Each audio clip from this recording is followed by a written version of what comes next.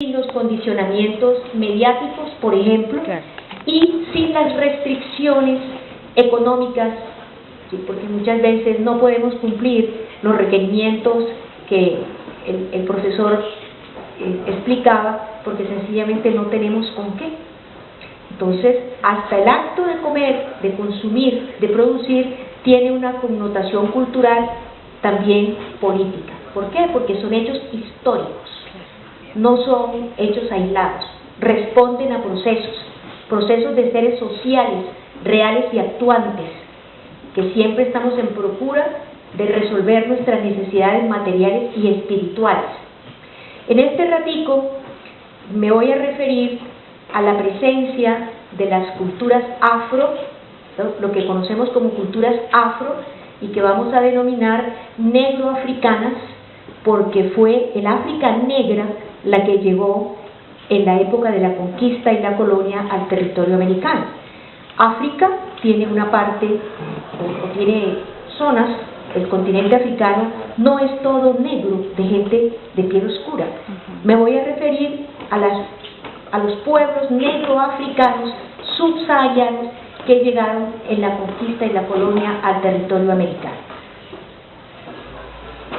Cuenta la leyenda que cuando los primeros grupos de africanos esclavizados arribaron a Cartagena de Indias en el siglo XVI, las mujeres que sobrevivieron con sus hijos a la ignominiosa travesía portaban granos de frijol negro enredados en su cabello ulótrico. Cuenta la leyenda, pero no es solamente leyenda, fue real. Las mujeres esclavizadas que sobrevivieron la ignominiosa travesía, porque estos pueblos no llegaron de África a turistear a Cartagena de Indias, llegaron esclavizados para fortalecer los procesos productivos de las plantaciones, de las grandes haciendas y las minas del territorio americano que comenzaba a ser colonizado. Trajeron enredado en su cabello ulótrico, esa palabra la encontré, ¿sí? No es el cabello apretado, el cabello cuscús, el cabello malo, con que habitualmente nos referimos al cabello de los afrodescendientes. Traían enredado en su cabello ulótrico semillas de frijol negro, prueba fehaciente, ¿sí?, de su decisión de que, a pesar de las condiciones históricas y políticas en que llegaron al territorio americano, venían dispuestas esos seres humanos, mujeres y hombres, a permanecer y a generosamente transmitirnos parte de su cultura tan rica como la cultura de los pueblos asiáticos, europeos, etcétera, etcétera, y los pueblos originarios indoamericanos que poblaban y que construían la cultura de esta Abya Yala nuestra. Ya no decimos América Latina, porque pareciera que esta América hubiese estado poblada por grecorromanos, ¿sí?, provenientes del Mediterráneo. Aquí había pueblos originarios, y cuando llegaron los europeos en las carabelas de Colón, también venían africanos esclavizados. Entonces, esta América nuestra, esta Abya Yala nuestra, esta tierra nuestra, es una tierra que se ha construido con el aporte, ¿sí?, de europeos, africanos y los pueblos originarios indoamericanos que aquí ya existían. Y esa fusión cultural somos nosotros. Nosotros somos la resultante de esta fusión cultural, pero esa fusión tampoco es ahistórica. Esa fusión se ha dado en procesos de construcción social, cultural, política, y muchas veces con largos periodos de llanto y de sumisión y de tristeza por parte de los pueblos sometidos. Ese frijol negro, lo que nosotros conocemos ahora, bueno, en algunas regiones se habla del frijol de pobre, ¿sí? En algunas regiones de Colombia se habla del guantún. Yo quiero creer, no para la polémica, sino quiero creer que ese frijol negro que estas mujeres sobrevivientes a la ignominiosa travesía nos legaron es ese frijol negro, ese frijol de pobre que en algunas mesas todavía se sirve y que en algunas regiones se está tratando de recuperar por su alto valor nutritivo, ¿sí? Ya no es solamente por el valor histórico, cultural y político, sino por el alto valor nutritivo. Estas semillas traídas de su lejana tierra fue el silencioso testimonio de su cultura y prueba inconfesable de su fe en la posibilidad de seguir sembrando, cosechando, insertando vestigios de su saber ancestral en una tierra nueva que no los recibía precisamente con los brazos abiertos. A pesar de la explotación esclavista, venían dispuestos a permanecer, a construir, a perpetuarse en la tierra y en la sangre de una tierra extraña y amarga para ellos, en la cual aún no terminan de reconocerse y de ser reconocidos. Cuando el profesor Luis Enrique me invitó, yo le dije, bueno, podemos charlar un rato sobre cuál ha sido el aporte de África a la gastronomía nuestra, ¿sí? Porque todos disfrutamos en la mesa diversidad de alimentos. A mí me pareció muy interesante lo que el profesor planteaba, ¿sí? Pero si lo miramos desde una perspectiva ya cultural, antropológica, pues qué bueno poder indagar, ¿sí? Que indaguemos nosotros sobre el aporte a nuestra mesa. Es claro para nosotros la quinoa, ¿sí? Es un alimento importantísimo que tenemos que seguir recuperando, ¿ya? Las papas. En Perú hay una cantidad de especies de papas que nosotros ni conocemos, ¿ya? ¿Y de dónde provino el arroz? Y la costumbre de tomar jugos con el almuerzo. Yo encontré en un libro que esa costumbre de tomar jugos en el almuerzo, que es muy sana, la aportaron los pueblos, los moros, los pueblos musulmanes, porque el Corán prohíbe tomar bebidas alcohólicas, ¿sí? Bueno, y para nosotros también es más económico hacer jugo con las frutas de la región y frutas de estación que tomar vino, que puede ser un poquito costoso, y es mucho más sano tomar jugos, realmente. Pero son costumbres, esos son patrones culturales que no se trata de cuestionar a los pueblos del Mediterráneo si toman o no toman vino. Voy a leerles algunos elementos del aporte de los africanos a la mesa, a la comida nuestra. Antes, una breve mención a la procedencia de estos pueblos africanos que llegaron al territorio americano. Yo comienzo diciendo que de África no llegaron negros.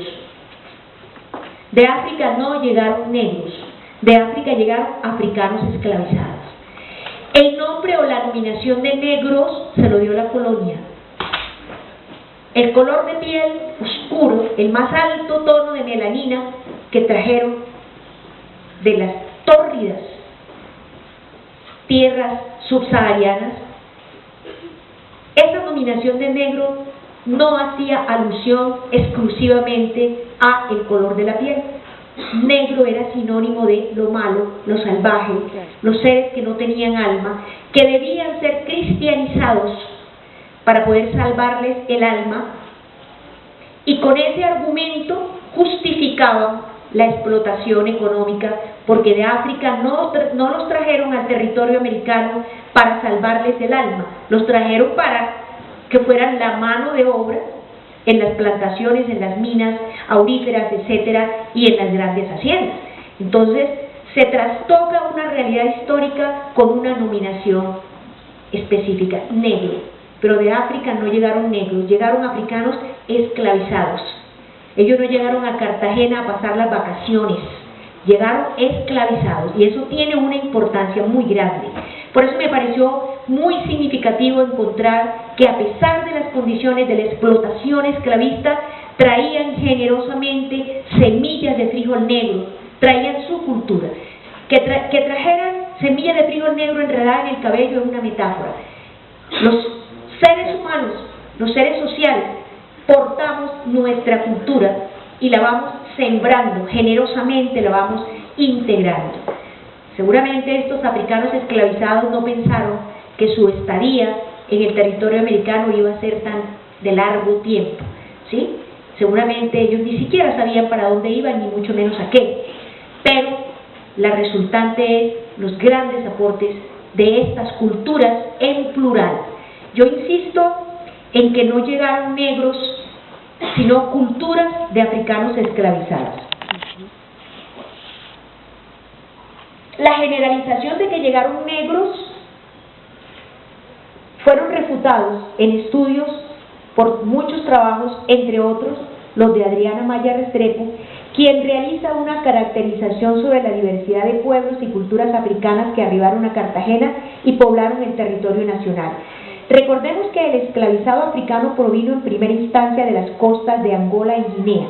Entre 1533 y 1580 se estima que llegaron alrededor de 3.000 personas en esa condición.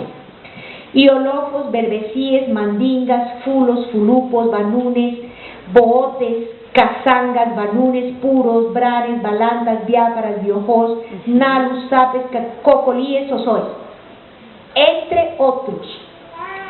Imposible que una diversidad cultural tan fuerte no nos trajera diversidad de aportes culturales a este territorio americano. Como no es una charla sobre historia, entonces vamos a dejar allí ese pedacito, pero lo que quería era poner sobre la mesa de discusión cómo las culturas enriquecen a pesar de las condiciones adversas o no. Tengo acá otro texto de una profesora, Nitza Villapol, que dice que la historiografía pasa por alto, silencia o invisibiliza en gran medida el aporte de África a nuestra cultura americana. Por ello sería imperdonable e incompleto cualquier estudio sobre la alimentación en América Latina sin tener en cuenta el componente africano, especialmente vivo en aquellas zonas donde se introdujo masivamente la fuerza de trabajo esclavo.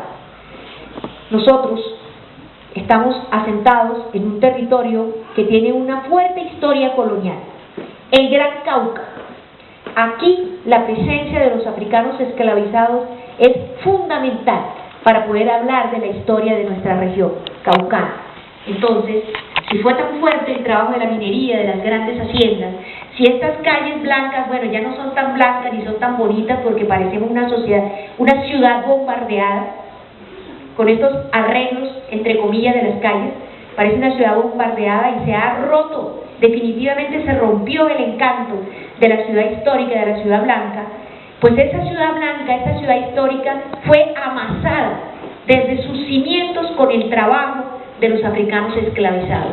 La historia de Popayán no la podemos relatar sin la presencia de europeos, españoles, fundamentalmente, indígenas, pueblos originarios y de los africanos esclavizados que dejaron también su huella en nuestra ciudad. Son numerosísimos los alimentos y hábitos que pueden atribuirse a un origen africano, pero a veces es muy difícil probar su procedencia por esta, ¿sí? Nosotros estamos viviendo una globalización, pero no es la primera globalización. Cristóbal Colón y sus bellas carabelas estaban en el proceso también de globalizar el mundo. España se expandió. Era el imperio de aquel entonces. Ahora hay otros imperios. A nosotros nos tocan algunos más específicamente que otros, pero no es la única globalización que ha sufrido la humanidad. Esa globalización nos permitió tener el aporte de los pueblos africanos esclavizados y nos permitió esta imbricación cultural que somos nosotros hoy en este continente Abya Yala. Se dice que el café con leche se atribuye a un holandés que vivió en África. El café con leche se le atribuye a un holandés que vivió en África, y café con leche tomamos todos los días, no podemos tirarnos la de café con leche de dedo parado, todos tomamos café con leche, ¿sí? Lo que pasa es que cuando desayunamos, almorzamos o por la tarde comemos algo, no nos vamos a poner a hacer el análisis histórico, político, de dónde salió, de cuál es el origen de esta taza de café, pero estamos consumiendo valores culturales de muchos rincones del mundo entero. Las cocineras y cocineros que han preservado y recreado las tradiciones africanas de la cocina, incorporándolas a las formas de cultura dominante, son generalmente analfabetos. Bueno, ahí yo me pondría a discutir con la autora del texto. ¿sí? Es una generalización peligrosa, es un esencialismo. Como todas las ¿Sí? Todos los analfabetas no son cocineros, ni todas las cocineras y cocineros tienen que ser analfabetos, ¿sí? Yo discuto eso aquí con la autora del texto. E independientemente de ellos, las culturas del África negra son especialmente orales en la transmisión de su saber. Que la cultura negroafricana o las culturas negroafricanas sean en gran medida tradiciones orales, no es porque la gente negra sea menos que los que no son negros, sino que las condiciones ecosistémicas no posibilitaron la conservación de insumos suficientes para producir y mantener papel. ¿Sí? Eso parece una cosa loca, pero lo leí recientemente en un libro sobre el ecosocialismo, los negroafricanos y los indoamericanos. Son selvas tropicales húmedas donde la misma condición de la naturaleza no permite la preservación de esto. Lo cierto es que las culturas negroafricanas fueron predominantemente ágrafas, o sea, no dependían de la escritura, pero fortalecieron y desarrollaron en mucha medida la tradición oral, lo cual no los descalifica, simplemente es una condición cultural de estos pueblos. Entonces lo que la autora está diciendo aquí es que no se conocen recetarios de la cultura tradicional negroafricana, porque como era una cultura de tradición oral, eso se ha ido reproduciendo de viva voz y no se conocen muchos textos que lo recojan, pero sí se siente su presencia en nuestras mesas todos los días. Cuando el tabaco desplazaba al arroz, este último deja de ser un alimento esclavo sustituido por el maíz, cuyo precio de adquisición se torna más barato. Están hablando de las formas de alimentación de los africanos esclavizados. Cuando la producción de tabaco, ¿sí?, fue más importante y desplaza el arroz, pues entonces se incorporó el maíz a la alimentación de los africanos esclavizados. Y de América, ese maíz, como bien lo dijo el profesor, de América el maíz se fue a otros continentes, entre ellos el continente africano. El tasajo y el bacalao. El tasajo es la carne salada, seca, para conservarla, pues no habían neveras en ese entonces. El tasajo y el bacalao fueron las dos fuentes principales de proteína animal en la alimentación de los esclavos. El comercio de tasajo entre las Antillas inglesas y francesas con la costa de Venezuela y el Río de la Plata fue causa de numerosos conflictos entre España y estas potencias coloniales del Caribe, ¿sí? Y los pueblos mestizos de español e indígena del Río de la Plata tomaron de los indios sus técnicas perfeccionadas de secar la carne al sol, y el nombre indoamericano de la carne, jerket, fue tomado de los ingleses jerket beef, siendo esta la única palabra que el léxico indoamericano tiene de los pueblos ingleses. Esto es muy importante, ¿sí? Porque no podemos hablar de